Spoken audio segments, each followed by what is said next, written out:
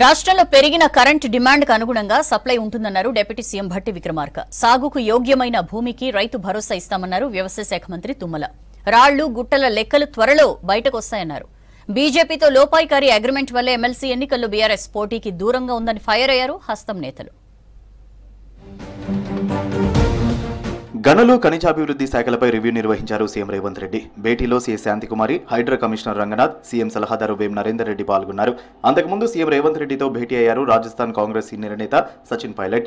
జూబ్లీహిల్స్ లో సీఎం నివాసానికి వెళ్లిన సచిన్ పైలట్ రేవంత్ రెడ్డితో మర్యాదపూర్వకంగా భేటీ అయ్యారు. సచిన్ పైలట్ ను శాల్వాతో సన్మానించారు సీఎం. తాజా రాజకీయ పరిస్థితులపై ఇరువురు డిస్కస్ చేశారు. రాష్ట్రంలో పెరిగిన విద్యుత్ డిమాండ్కు అనుగుణంగా సప్లై ఉంటుందన్నారు deputy CM Bhatti Vikramarka. Summer సీజన్తో కరెంటుకు భారీగా డిమాండ్ పెరిగింది. అధికమైన ఎండలతో యాసంగి పంటలకు 16,000 మెగావాట్ల కరెంటు వినియోగం అవుతోంది. గతేడాది మార్చిలో రికార్డైన అత్యధిక డిమాండ్లు ఈసారి ఫిబ్రవరిలోనే కనిపించింది. గత మార్చిలో 15,632 మెగావాట్లు రికార్డు కాగా ఈ నెల 7న 15,920 మెగావాట్ల విద్యుత్ డిమాండ్ ఏర్పడింది. పెరుగుతున్న కరెంటు డిమాండ్పై రేపు విద్యుత్ సంస్థలతో రివ్యూ చేయనున్నారు డిప్యూటీ సీఎం భట్టి విక్రమార్క. రాష్ట్రంలో సాగుకు యోగమైన భూమికి రైతు భరోసా ఇస్తామన్నారు వ్యవసాయ శాఖ మంత్రి తుమ్మల నాగేశ్వరరావు. కేసీఆర్, కేటీఆర్, హరీష్ రావు పంట భూములకు రైతు భరోసా అందిస్తామని చెప్పారు.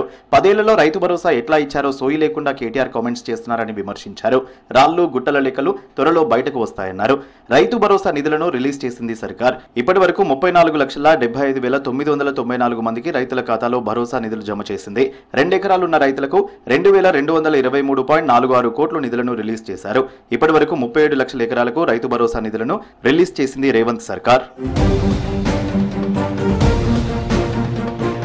జిల్లాల్లో పెండింగ్ ప్రాజెక్టులను పూర్తి చేస్తామని హామీ ఇచ్చారు ఇరిగేషన్ శాఖ మంత్రి ఉత్తమ్ కుమార్ రెడ్డి. ప్రతిష్టాత్మకమైన ఎమ్మెల్సీ ఎలక్షన్స్ లో గ్రాడ్యుయేట్స్ కాంగ్రెస్ కు అండగా నిలవాలన్నారు.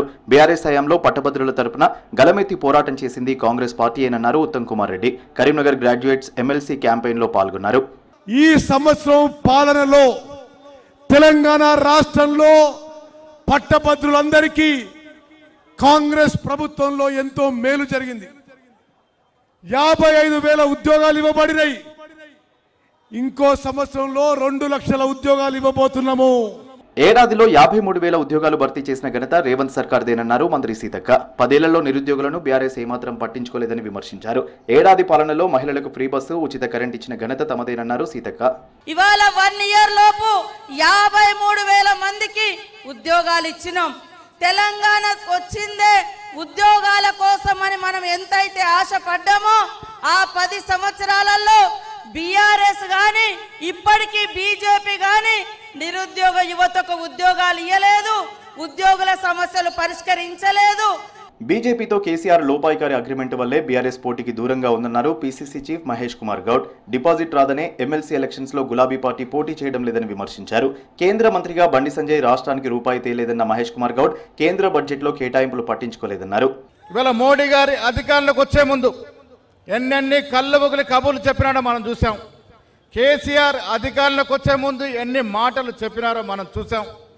ఇద్దరు కూడా ప్రజల్ని, ముఖ్యంగా బీద ప్రజల్ని నట్టెట్ట ముంచుతూ 10 ఏళ్ళు అధికారం చెలాయించినారు.